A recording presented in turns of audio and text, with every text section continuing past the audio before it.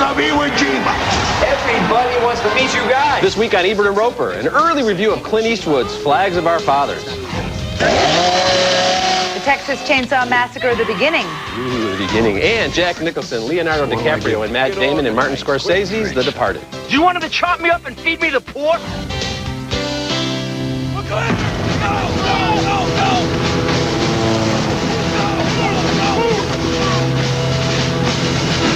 Any theories why they ain't shooting? Maybe they're all dead. What do you think, Doc? You think they're all dead? Soldiers face the ravages of war in Clint Eastwood's Flags of Our Fathers. I'm Richard Roeper, and sitting in for Roger this week is the film expert from the TV Guide channel, Zoriana Kitt. Welcome, Zoriana. Thank you for having me. Nice to have you here. Let's get right to it. Our first movie is Clint Eastwood's Flags of Our Fathers, and it stands with Eastwood's Oscar-winning Unforgiven and $1 Million Baby as an American masterpiece.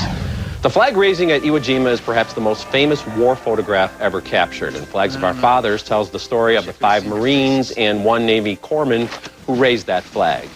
In February of 1945, the Allies were closing in on victory, but they still faced a mighty struggle to take the tiny but crucial island.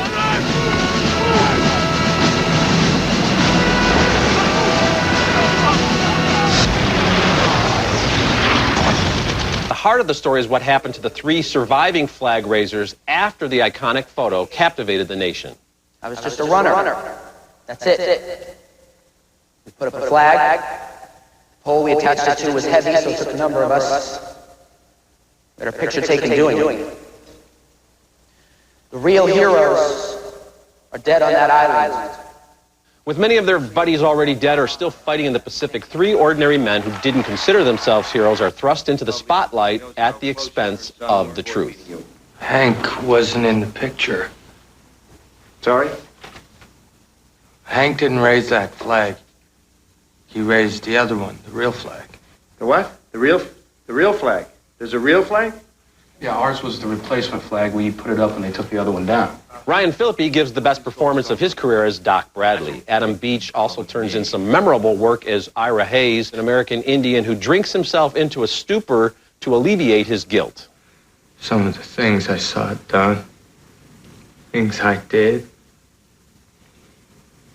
they weren't things to be proud of, you know? 6 decades after the end of World War II, the military media machine is still embellishing the stories of brave Americans such as Pat Tillman and Jessica Lynch. Not that much has changed. It's not enough to serve and to be injured or even killed. The stories have to be neatly packaged. That's what happened with these men who raised the second flag at Iwo Jima. Yes, there were 2 flag raisings. Flags of Our Fathers is a patriotic film in that it honors those who fought in the Pacific, but it's also patriotic because it questions the official version of the truth, and it reminds us that superheroes exist only in comic books and cartoonish movies. This film opens in 2 weeks. For me, big thumbs up.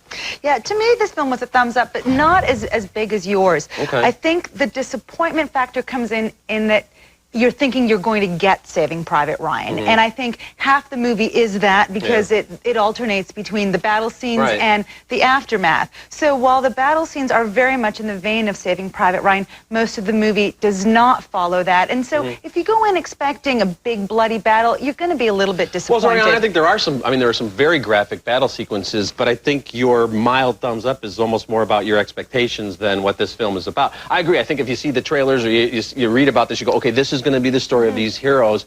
But to me, the more fascinating story is what happened after the fact. Everybody knows that image. Everybody knows the photo, the war monument in Washington.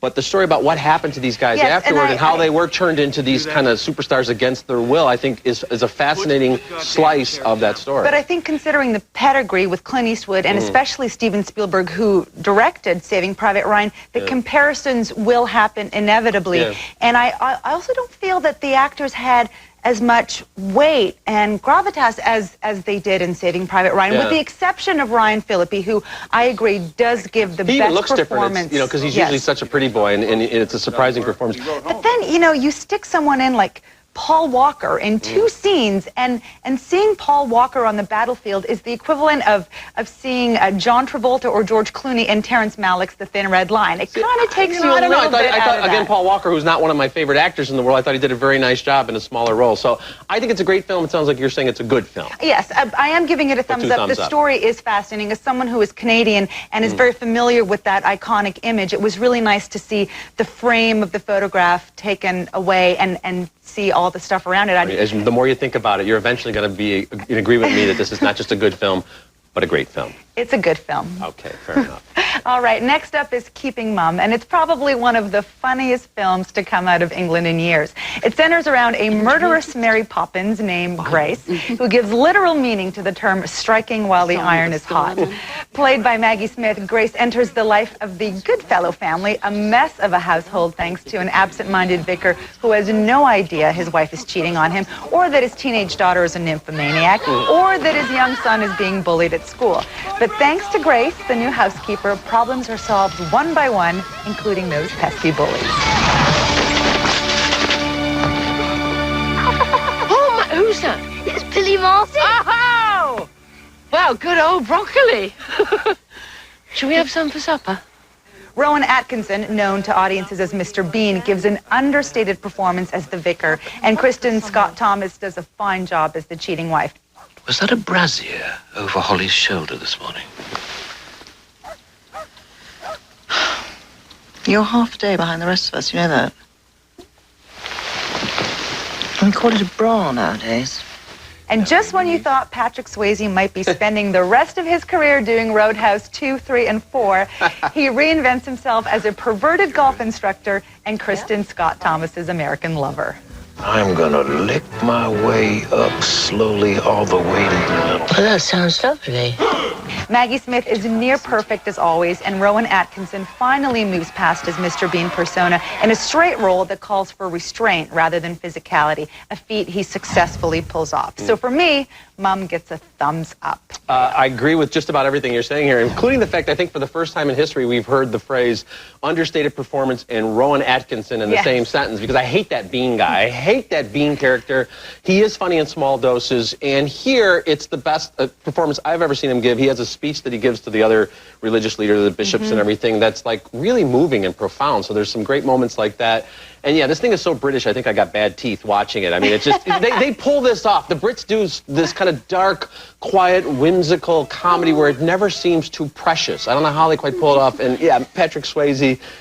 He was such a joy to watch. I mean, he was actually, God bless him Yeah. for making fun of himself, you know, and going with it. And I've always loved Kristen Scott Thomas, and of course Maggie Smith is a jewel. When so you there think you of go. the cast, if somebody tells you, oh, this movie has Maggie Smith, Kristen Scott Thomas, Patrick Swayze, and Rowan Atkinson, you're like, what do I even want to see this movie? Yeah, it sounds like the Surreal Life 9. Exactly. You know? But then, you know what? Once you sit down, it's totally enjoyable. Very it's funny. Funny stuff. Okay, coming up next, the most sexually explicit movie of the year, Shortbus.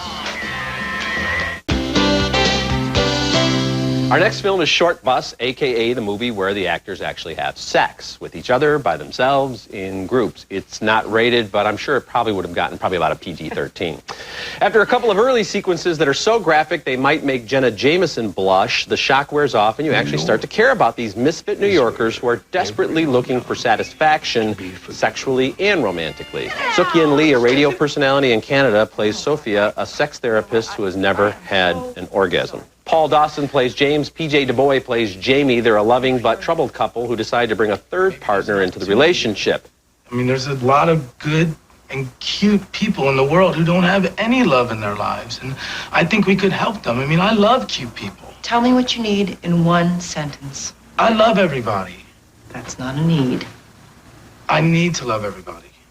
Sophia strikes up a friendship with a dominatrix, and they meet up for weekly bonding sessions in a sensory deprivation tank. Maybe you can help me, like, have a real human interaction with someone.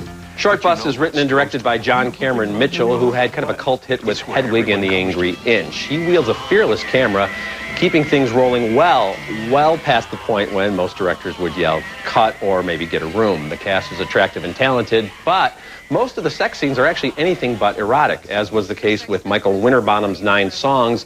Non-simulated sex isn't necessarily more interesting, more provocative, or more erotic on screen than the NC-17 variety. However, Shortbus is very funny and quite moving at times. There are some neat, low-budget stylistic touches as well. Now, obviously, this film is for a specialized target audience, but I do give it thumbs up. Oh, what is that? At what point did you actually care about these people or find their lives compelling? They have everything going for them, yet they're unhappy due to these superficial reasons. Well, I don't know, Zoriana. I mean, there's, one guy's suicidal, the one woman has a sexual dysfunction. But they there's have a couple that's in disrepair. Well, I mean, whoever. I mean, you can say that about anybody. What's the reason for having these problems? This film is a porn film disguised as a legitimate movie. You don't care about these people. They're not particularly good actors. And like a true porno, you want them to shut up, stop talking, so you can just move on to the sex scenes, which themselves aren't that compelling. No, I see, that's the thing. There were a lot of times where I wish they would stop with the sex scenes and go back to some of the dialogue and some of the characters. I thought it was well written. I thought obviously these actors are very brave for taking on this role, but I think if you get past all the sensationalistic stuff, there's actually a nice story there about a bunch of dysfunctional people who get together, kind of find solace in each other's arms. I don't know where you found this nice story. I mean, I thought when Shortbus, I thought, oh, it's about a bunch of mentally challenged kids on their way to school. Well, to take off on that, that's where the title comes from. Instead, it's about a mentally challenged filmmaker who should have gone to film school. I mean... Okay, I guess we're going to disagree on that one. And later in the show, Leatherface returns in Texas Chainsaw Massacre at the beginning. And next, Jack Nicholson, Leonardo DiCaprio, and Matt Damon star in Martin Scorsese's The Departed. The people of Uganda are eating beef and driving big cars. Looking at movies now in theaters, which I reviewed with last week's guest critic Kevin Smith, 3 great films, all with Oscar-worthy performances, all getting 2 big thumbs up. You got The Last King of Scotland with Forrest Whitaker, Helen Mirren, who is just fantastic in The Queen, and Jack Nicholson, Leonardo DiCaprio, and Matt Damon in Martin Scorsese's The Departed. I'm gonna get you. If you coulda, you woulda. But I guess you like to go at your own pace. Excuse me. Got a date with some angels.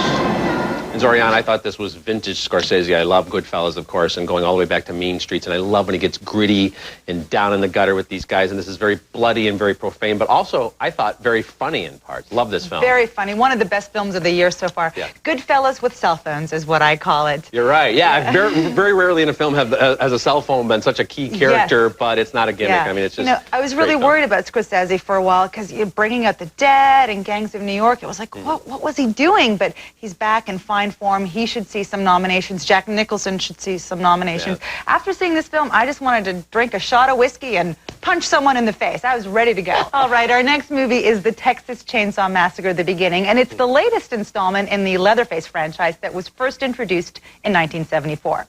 Now, 32 years and many, many sequels later, they do what you always do when you've run out of ideas but still want to milk the franchise. That's right, a prequel. Yay, the origin story.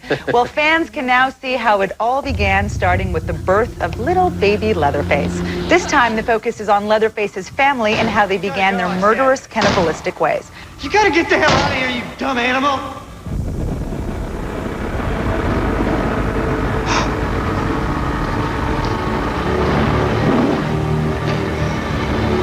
Sheriff Hoyt is the real star of the movie, with veteran actor R. Lee Ermey making Jack Nicholson's character in The Shining look like Mr. Rogers. And alone, we will rise above it all.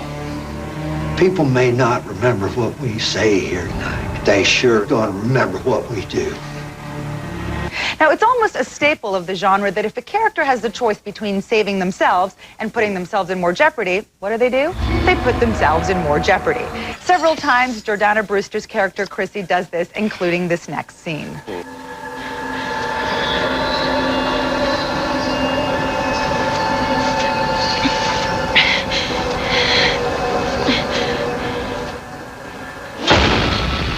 These people, they never learn.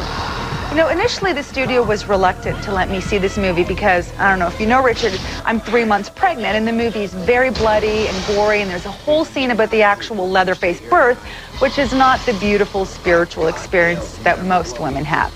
But the good news is I was totally fine watching this movie. And the bad news is I was totally fine watching this movie. I mean, I like my horror films to scare the bejesus out of me. I want to be gripping the arm of the person next to me. And, you know, I just wasn't with this film. In fact, I laughed a lot. You know, I think the bar on horror films has been set so high by recent movies like Saw and Hostel that this Texas Chainsaw film just doesn't measure up. So it's a thumbs down for me, but if you are a fan of the franchise, you will enjoy it. Yeah, unfortunately, your eyes were working, right? So, you know, I'm a big fan of good, gory splatter movies as well, but you're right, there aren't really any scares here. It's just all about, let's gross everybody out, and Leatherface will run around. And you're right about Jordana Brewster. To me, the real suspense was, with her character, are her pants going to stay up? Because it was like she had the lowest cut jeans ever, and I kept thinking, are they going to, how is she keeping them on? It was quite, her hips did a better performance, actually, than the rest of her. I think when you're dealing with a movie like this that's had so many installments, it becomes more of a director's medium. It's who's the young hot guy who can try to reinvent. And I think Jonathan Liebsman does a fine job. He's done one movie before. You know, he'll probably use this as a calling card to get his next gig. And you know, he could become the Wes Craven of his generation. But it's more about the filmmaker, less about the story's been played out so many times. You're so right about that. Nothing original here. Okay, this is an original film. It's called Jesus Camp, and it's one of the most compelling documentaries of the year.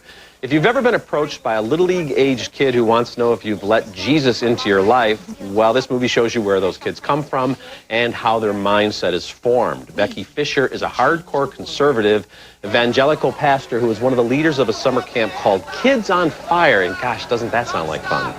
This is the greatest day of your life next to the day you got saved.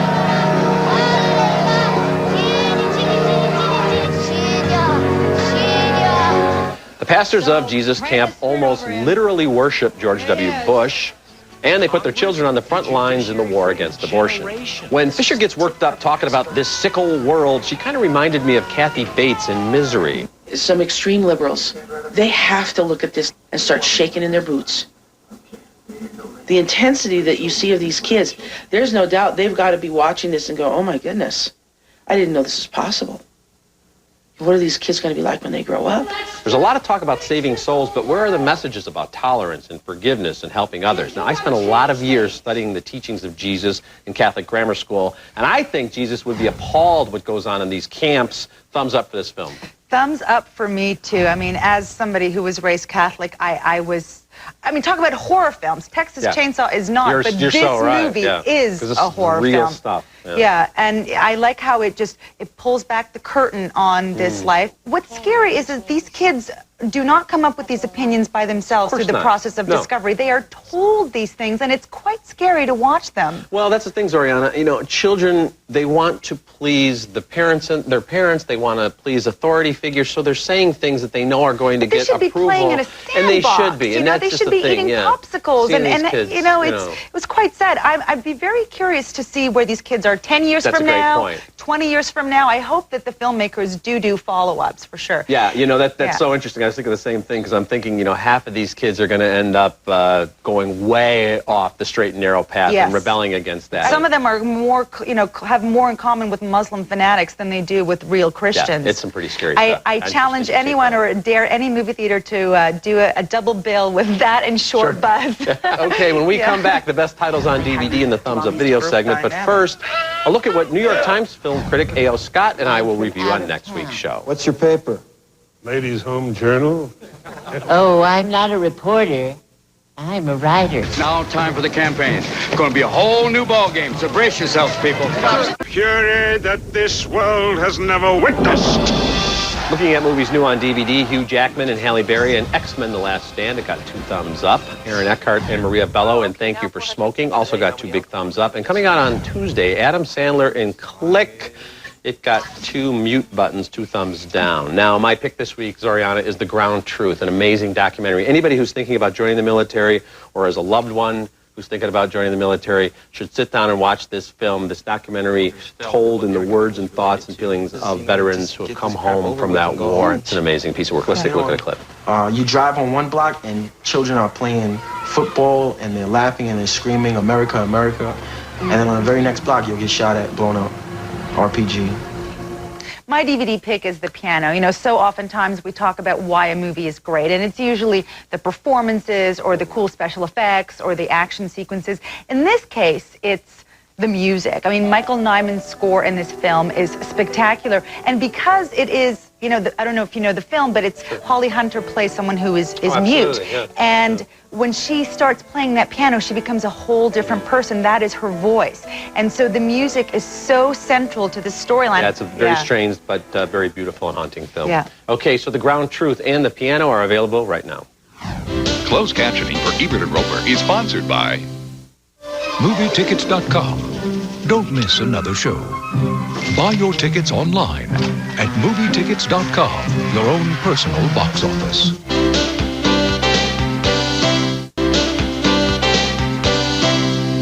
Okay, recapping the movies on this week's show. 2 thumbs up for Flags of Our Fathers. It opens in 2 weeks. 2 thumbs up for Keeping Mum. We had just a little bit of a disagreement on Shortbus. I liked it. Zoriana, not so much. 2 thumbs down for Texas Chainsaw Massacre, The Beginning. And 2 thumbs up for Jesus Camp. And Zoriana, thank you so much. It was great mixing it up with you. Pleasure to be here. Okay, that's it for this week's show. Until next week, the balcony is closed.